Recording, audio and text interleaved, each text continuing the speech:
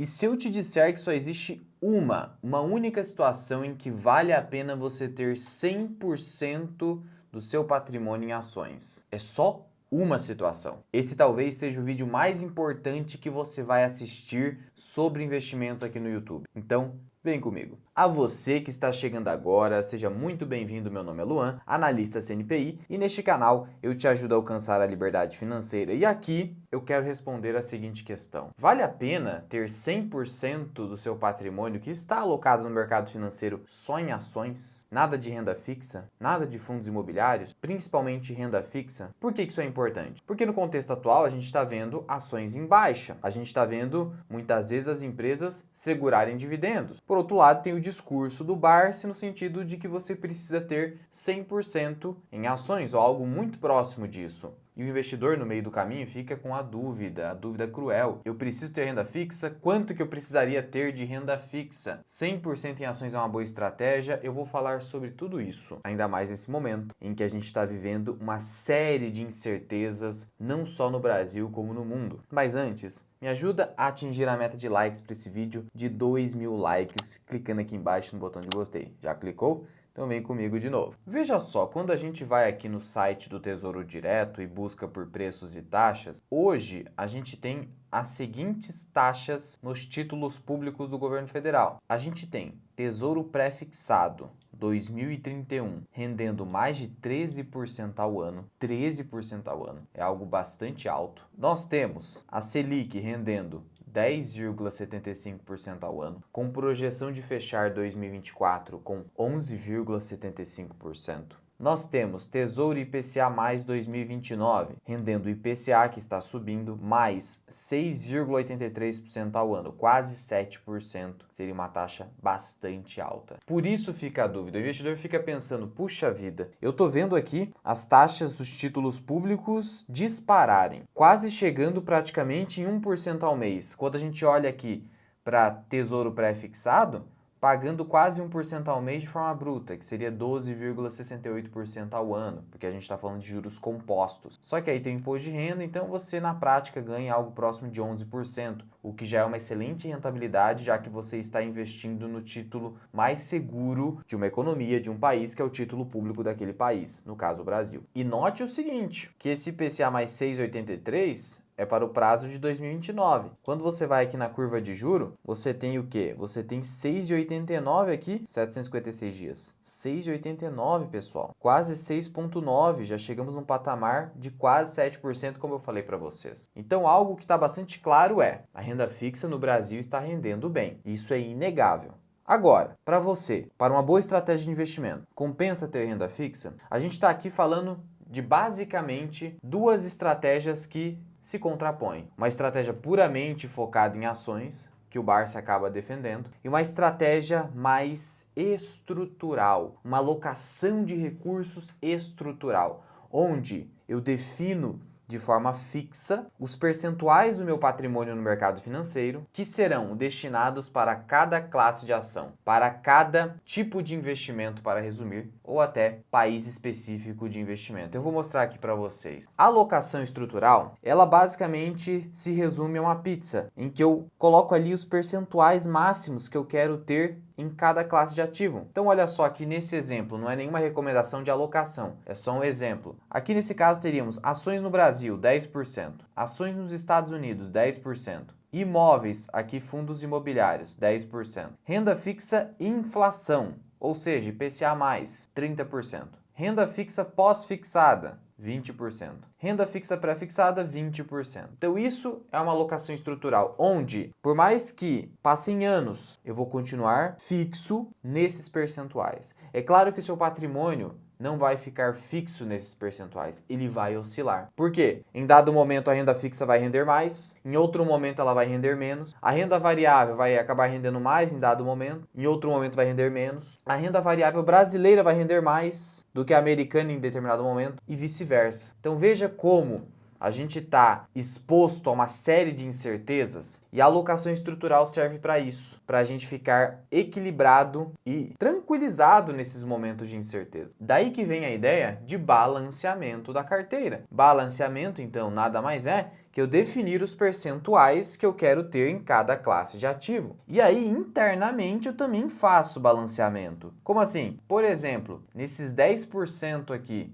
de ações brasileiras dessa carteira hipotética, aqui dentro eu também iria definir o percentual máximo que eu gostaria de ter em cada ativo, conforme o seu risco. É assim que funciona. Então, isso é balanceamento. Isso é alocação estrutural. É isso que se contrapõe a 100% ações. Ok, Luan, mas me diz uma coisa. O que na prática define cada percentual que eu vou ter no ativo? Olha, a resposta mais genérica seria o seu perfil de risco, que vai determinar o seu apetite por risco e os seus objetivos. Por exemplo, se eu tenho o objetivo de comprar um bem daqui 1 ano, 2 anos, uma casa daqui 2 anos, por exemplo, eu não posso ficar excessivamente exposto, por exemplo, em renda fixa e inflação, onde o vencimento costuma ser maior e aqui eu tenho a marcação a mercado, vai gerar volatilidade no meu portfólio? Não dá. Então, se eu tenho um objetivo de curto prazo, até 2 anos, eu preciso ter um maior percentual aqui nesses 20 de renda pós-fixada sem sujeição à marcação a mercado. Então o objetivo ele vai determinar.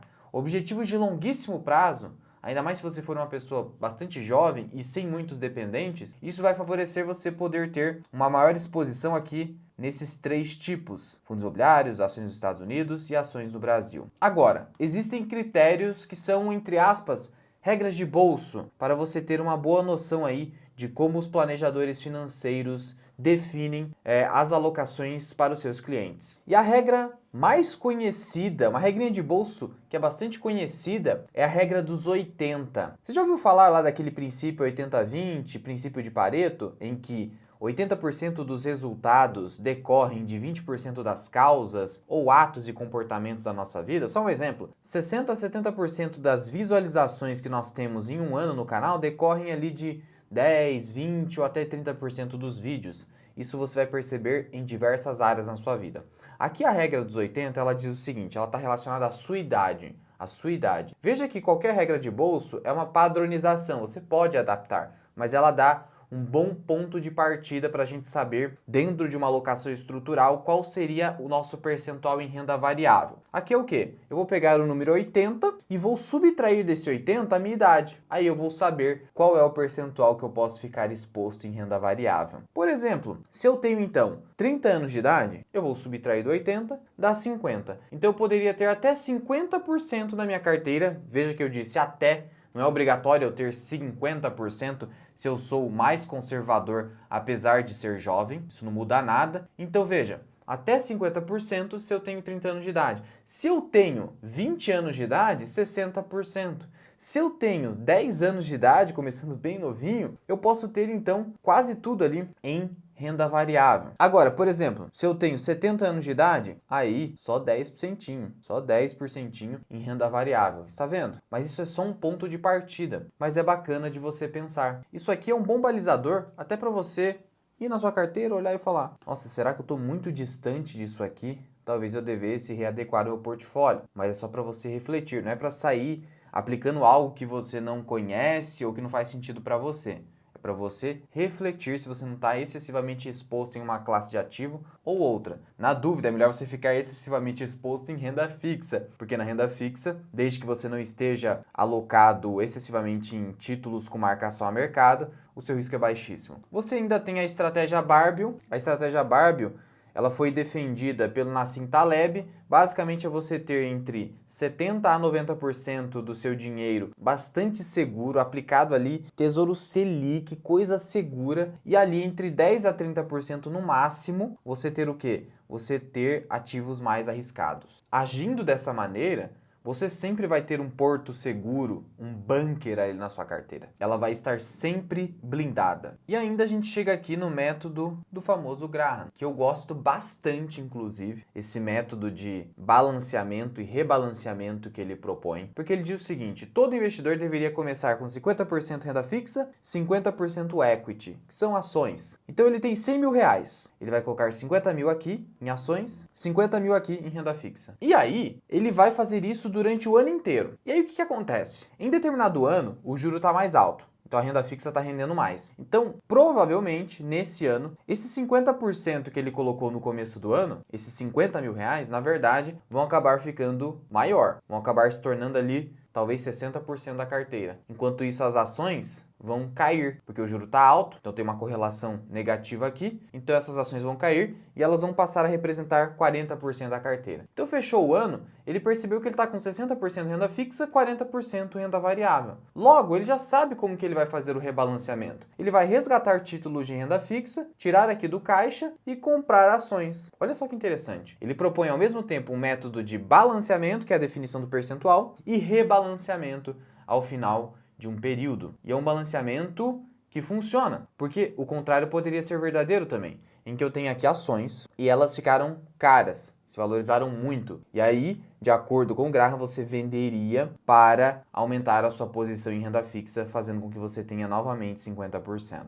Essa ideia continua funcionando muito bem, caso você queira aplicar na sua vida. Só que aí existe um contraponto a essa ideia de você vender equity, vender ações para comprar renda fixa. Porque existe uma ideia que diz o seguinte: olha, quando eu vendo ações, eu estou perdendo o potencial de retorno que essas ações podem ter no longo prazo, desde que sejam bons negócios. Isso é verdadeiro. Acontece que ninguém pode prever o futuro. E acontece que essa ideia, com todo respeito, é uma ideia que beira a ganância. Porque você fica fixado naquela ideia de que, nossa, se eu vender agora, eu posso perder toda uma rentabilidade enorme no futuro que você nem sabe se vai acontecer. O que você sabe o que você tem controle eu posso ter 50 aqui e 50 aqui. Isso eu tenho controle. Agora, se as ações vão se tornar uma VEG, uma Microsoft, eu não sei. Ninguém sabe. Foque naquilo que você pode controlar, que é o Asset Allocation, a alocação estrutural da sua carteira. E aí quando a gente fala de rebalanceamento, por mais que eu também não fique fazendo vendas, principalmente quando você tem uma grande capacidade de aportes, basta você fazer novos aportes dos dividendos ou do dinheiro que você poupa na renda fixa para rebalancear. Isso é preferível. Vender só em último caso, isso é verdadeiro. E se as ações estiverem muito caras também, ou se as ações estiverem representando muito da sua carteira, muito mesmo, 80, 90%, muito acima do que você deveria ter, nesses casos específicos, eu deixo a venda como último caso. De qualquer modo, pode acabar acontecendo, dependendo da situação, mas veja que o rebalanceamento, ele gera o equilíbrio da sua carteira, então você consegue equilibrar a sua carteira, mantendo do jeito que você gostaria que ela tivesse, e ainda por cima, é a única maneira de comprar na baixa e vender na alta de forma consistente. Repito, é a única maneira de comprar na baixa e vender na alta de maneira consistente. Porque eu não vou precisar acertar o chamado market timing, eu não vou precisar acertar o melhor momento do mercado, fazer alocações táticas, etc. Não. Por quê? Porque se as ações se valorizaram aqui, eu vou presumir que elas ficaram caras. Eu vou presumir que elas ficaram caras, e provavelmente ficaram, porque tiveram uma grande valorização. E você não precisa se preocupar no sentido de, nossa, eu estou me desfazendo de bons ativos. Não, porque quando a renda fixa ficar algo muito grande na sua carteira, você vai tirar da renda fixa e comprar ações de novo. É claro que o preço importa. Você não vai fazer isso a qualquer preço. Você vai precisar avaliar se aqui está barato, se aqui está caro. Mas é um excelente balizador para você equilibrar a carteira. Ora, se aqui ficou desbalanceado em ações, provavelmente ficaram caras as ações. Então eu vou vender na alta, vou estar vendendo na alta. Agora as ações estão com um pequeno percentual, um pequeno peso na carteira. Provavelmente elas ficaram em baixa, então eu vou comprar na baixa. Então veja como isso é poderoso. Por isso que eu disse que esse talvez seja o vídeo mais importante que você vai ver aqui no YouTube sobre investimentos. Então se você ainda não clicou no botão de gostei, essa é a hora. Dito isso, agora a gente pode entrar na grande questão. 100% em ações. Realmente dá para fazer isso? E veja que eu disse que tem uma hipótese que eu concordaria sim em você ter 100 ou quase 100% em ações. Mas antes, tá vendo esse gráfico aqui? Esse gráfico de baixa desde abril de 2008, representa o Ibovespa em dólar, que é o índice EWZ. Esse índice, inclusive, você pode comprar como um ETF, é um ETF ali da iShares, que é uma divisão de ETFs da BlackRock, mas ele serve para mostrar para a gente como o Ibovespa em dólar nunca, mas nunca se recuperou, nem chegou perto disso desde 2008. Por isso, pessoal, apesar de o Ibovespa estar se valorizando nominalmente, a sua pontuação em dólares, e é muito importante considerar em dólar, afinal de contas, o nosso poder de compra muitas vezes depende do dólar, as commodities globais são cotadas em dólar e isso impacta na inflação do Brasil, então isso é importante. A gente vê que, na verdade, o nosso Ibovespa só subiu nominalmente. Num país com inflação, deveria subir muito mais. Quanto mais inflação o país tem, mais a Bolsa de Valores tem que subir. Porque as empresas que estão no índice de ações, elas, teoricamente, deveriam fazer pelo menos, as boas empresas, repassam a inflação nos preços e esses preços são pagos pelos consumidores. Então, as ações deveriam ter uma subida condizente com a inflação, porque daí significa que essa inflação está no preço da bolsa, porque as empresas estão lucrando mais nominalmente em virtude da inflação. É assim que deveria acontecer. Mas o Ibovespa nem teve uma grande subida. E por que eu estou te dizendo isso? Eu estou te dizendo isso para você entender o seguinte: no Brasil é muito difícil você investir não pensando no recebimento de renda. Tanto na renda fixa, que rende bastante, a gente viu isso já aqui nesse vídeo. Historicamente a gente é visto como um país paraíso da renda fixa, tanto porque os nossos dividendos das empresas são isentos de imposto de renda. Isso favorece o recebimento de dividendos na sua carteira. Porque o ganho de capital, a valorização, vai ser tributado em algum momento, exceto se você vender até 20 mil reais no único mês em operações que não sejam day trading. Mas 20 mil reais, daqui 10, 20 anos, vai ser uma piada. Então veja, o ganho de capital continua sendo tributado. Então a recompra de ações e a valorização não é a melhor forma de remuneração acionista, mas sim o dividendo. Por isso que o dividendo no Brasil é excelente. Por outro lado, como as empresas acabam pagando bastante dividendo por conta disso, elas tendem a não se valorizar tanto. E aquelas empresas de crescimento que tenderiam a se valorizar tanto não conseguem se valorizar porque a dívida no Brasil é muito pesada, a tal ponto de hoje estarmos vivenciando um cenário de resgate antecipado de debêntures pelas empresas, porque elas não estão se sentindo bem de manter uma estrutura de capital com muita dívida, com custo de dívida crescente. Elas estão com medo de crescer ainda mais. Então, a empresa de crescimento no Brasil sofre demais.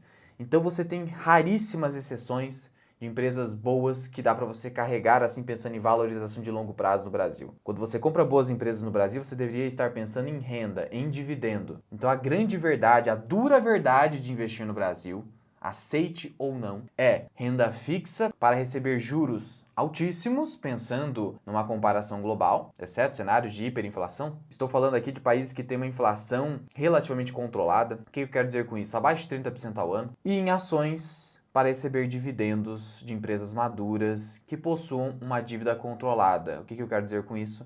Uma dívida que não ultrapasse o máximo do máximo 4 vezes o EBITDA da empresa, 4 vezes a sua proxy de geração de caixa. O ideal seria até 3 vezes. E assim, então, você começa a ter uma clareza de como você deve investir em ações no Brasil ou em renda fixa. Então veja como não dá para ignorar a renda fixa, porque as ações no Brasil, você já viu, dificilmente irão subir e dificilmente irão subir conforme o dólar. Portanto, note que você falar para mim que você deve ter 100% em ações, na maior parte dos casos, primeiro que você está ignorando o quanto você suporta de risco, a gente já viu isso. Segundo que você está ignorando o que você realmente pode controlar, que é o percentual que você vai ter em cada ativo na carteira. Terceiro, que você está contando com um país onde a bolsa sobe muito pouco e um país onde a dívida pública e a dívida nas empresas é bastante pesada, impossibilitando o crescimento daquelas empresas focadas em crescimento. É por isso que você pega aqui o índice de small caps nos últimos 10 anos e você vai ver essa performance vergonhosa de quase 80% nos últimos 10 anos. Você tem noção que o índice de small caps venceu por pouco o IPCA acumulado? Por pouco. Olha só como é difícil, porque small caps no geral você está pensando em empresas de crescimento, não necessariamente, mas no geral você está pensando em empresas de crescimento. Isso só mostra pra gente que no Brasil empresa de crescimento não cresce. É isso. Então, a estratégia previdenciária, o dividend investing, ele é obrigatório no Brasil, pelo menos na maior parte da sua carteira de ações, e é preciso sim ter renda fixa na maior parte dos casos e num volume importante que te proteja. E eu não estou falando aqui de renda fixa IPCA+, eu estou falando de renda fixa caixa, renda fixa sem sujeição à marcação a mercado, que é isso que vai proteger o seu portfólio, vai controlar a volatilidade do seu portfólio e vai te dar respiro em momentos de incerteza, de volatilidade, de loucura, de crash, de desemprego generalizado, de uma demissão que você sofra, de um problema na sua família, uma série de coisas. Agora, tem sim uma situação em que você poderia ter 100% do seu patrimônio em ações, que seria, que seria você ter ações no seu portfólio que rendam de dividendo mais do que o seu custo de aquisição. Ou seja, se o seu dividend yield on cost for o quê? De pelo menos 100%. Eu diria que precisaria ser até mais, porque temos anos de grande volatilidade nos dividendos das empresas. Eu diria que o número mágico seria entre 150% a 200%. O que eu quero dizer com isso? Só o que você recebe de dividendo daquela empresa é mais do que você pagou para comprar essa ação. Como assim, Luan? Mostra na prática. Eu vou mostrar aqui com os exemplos de Banco do Brasil, Petrobras, Vale e Klabin. Não é recomendação, são apenas exemplos didáticos. Com o Banco do Brasil, o que seria essa situação? A ação custa hoje R$ 26,31. Quando eu vou aqui no Investidor 10 em histórico de dividendos, dividendos pagos, veja quanto que foi pago em 2023. 2,27. 2022, 2,7. Dá pra gente pegar aqui o meio do caminho e colocar 1,50? 1,50, né? Fica legal. Entre 1,50 a R$2 no máximo, porque como eu disse, os dividendos são voláteis. Então quanto que eu poderia ter 100% em ações? Se o meu preço médio em Banco do Brasil fosse de R$2. O que, Luan? Você tá maluco? Como que meu preço médio em Banco do Brasil vai ser R$2? Tá doido? Ué, você pode ter herdado ações. Ou você é um investidor que já investe há 30, 40 anos no mercado acionário. Mas para você ter aguentado investir 30, 40 anos no mercado acionário, você precisou sobreviver. E para sobreviver, dificilmente você não teve renda fixa. Ah, mas o Barsi a gente nem sabe se o Barsi teve um momento da vida dele com muita renda fixa. Não dá para saber. E outra, que ele foi arrojado. Ele focou mais em retorno, mas isso serve para todo mundo? Agora, questão de herança, aí faz sentido. Eu tenho cliente que tem preços médios em ações com dividend yield on cost superior a esse preço médio. Então seria aqui no caso do Banco do Brasil, eu ter um preço médio de R$2. Vamos em Petrobras aqui, custa R$ 35,65. Petrobras então é até difícil, né? Porque vários anos aqui não pagou dividendo. Mas suponha esse dividendo aqui de 2021, 5,50, então eu ter um preço médio de 5,50 em Petrobras. E eu não estou falando de preço médio ajustado pelos dividendos, nada disso. Eu estou falando do seu preço médio mesmo para fins de imposto de renda. Não venha com essa pegadinha aí que não vale, porque senão o preço tende a zero. Não, eu estou falando de preço médio que vale imposto de renda. É isso, não confunda. Vale custa quase R$60, eu teria que receber aqui R$6, né? Pelo menos R$6, né, pessoal? Vamos pegar os R$6 aqui, mas anos anteriores foi bem pior. Mas hoje a Vale, assim como a Petrobras, estão se tornando empresas mais de dividendos. Então, um preço médio de R$6 em Vale. Meu Deus do céu, Luan, você tá doido. Eu tô te falando uma situação em que justificaria 100% ações. Nada de renda fixa, porque esse dividendo já é sua renda fixa. E por fim, a Klabin, 4,12. Quanto que ela paga de dividendo? Olha, 27 centavos, 30 centavos, nesse ano até agora 16 centavos, já pagou 17, 20... Vamos botar aí 25 centavos, algo mais ou menos aqui. Preço médio de 25 centavos, 20, 25 centavos. Você tem? É impossível, Luan. Só o Barsi tem isso aí. Para que esse cenário é impossível. Será mesmo que é impossível? Eu tenho um cliente que tem Klabin a 11 centavos. Se ele estiver vendo esse vídeo e quiser comentar aqui embaixo, eu te agradeço. E também se ele quiser que eu faça um vídeo falando sobre a carteira dele, seria um grande prazer. Mas eu posso te garantir que tem pessoas que sim, tem dividend yield on cost superior a 100% e não é o Barsi ou esses bilionários da bolsa. Então só nesse caso. E mesmo assim ainda é recomendável ter um pouco de renda fixa apenas para a gente ficar tranquilo, para a gente dormir tranquilo. Até porque aqui eu estou falando de uma ação só. Dificilmente o investidor vai ter toda a carteira com dividend yield on cost, ou 80% da carteira pelo menos, com dividend yield on cost acima de 100%. Olha que cenário quase impossível mesmo. Ações individualmente é bastante possível. Agora, ter mais de 80% da carteira, aí é bem difícil mesmo. Por isso, a conclusão é, em 99,99% dos casos, você precisa ter renda fixa e definir ali na sua alocação estrutural, no seu asset allocation, qual vai ser esse percentual, que vai variar conforme o momento que você está vivendo, as suas metas, a sua idade, seu número de dependentes, uma série de fatores. E é claro que a análise desses fatores não é algo tão simples assim, é algo complexo. E não só isso, como eu disse, internamente nas ações eu preciso definir quais são as ações e qual o respectivo percentual em cada setor de atividade econômica e em cada empresa. Em estoques, quando eu estou falando aqui de empresas americanas ou outras empresas, eu vou ter mais ETF, mais empresa, vou ter REIT, fundo imobiliário, faz sentido na minha carteira? Quanto que eu teria em lajes corporativas, que é um segmento hoje mais arriscado, ou não teria lajes corporativas? Quanto de renda fixa, quanto de IPCA, quanto